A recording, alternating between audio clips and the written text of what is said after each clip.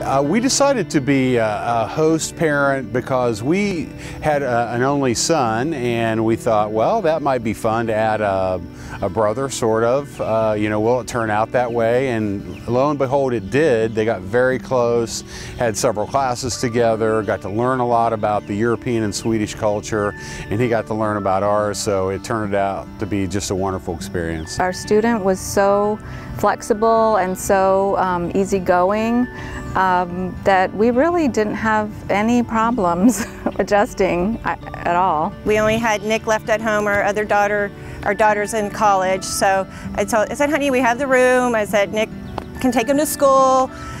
We did the pros and cons. We met with Mrs. Hay, and she gave us some insight on it, so we went ahead and did the process to get the host student. I think through the ASSIST program they do an excellent job of screening the kids, because I have always heard, and our student was no different, they're very smart kids. English is not their first language, and they come to a rigorous school like ours and they do well. Our student was on the honor roll both semesters that he was here and adjusted wonderfully to the academics here. I got involved with the ASSIST program for 1 year ago when I talked to my counselor in Sweden about having an exchange year in the US.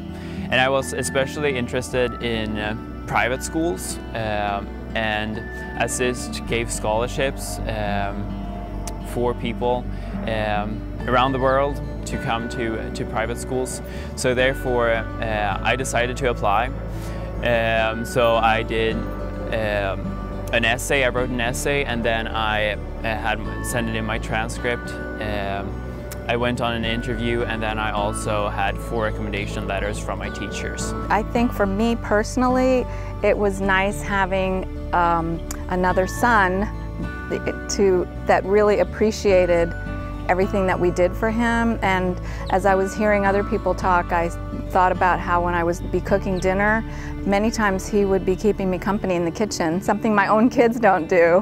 He likes to cook and eat, so he cooked for us, we cooked for him obviously, but it's just learning about that whole other culture outside of the United States and how education's not an entitlement over there necessarily. We enjoyed doing theater together. That was honestly great, because honestly, one of the things that my parents and I were worried about was whether or not our schedules were going to line up.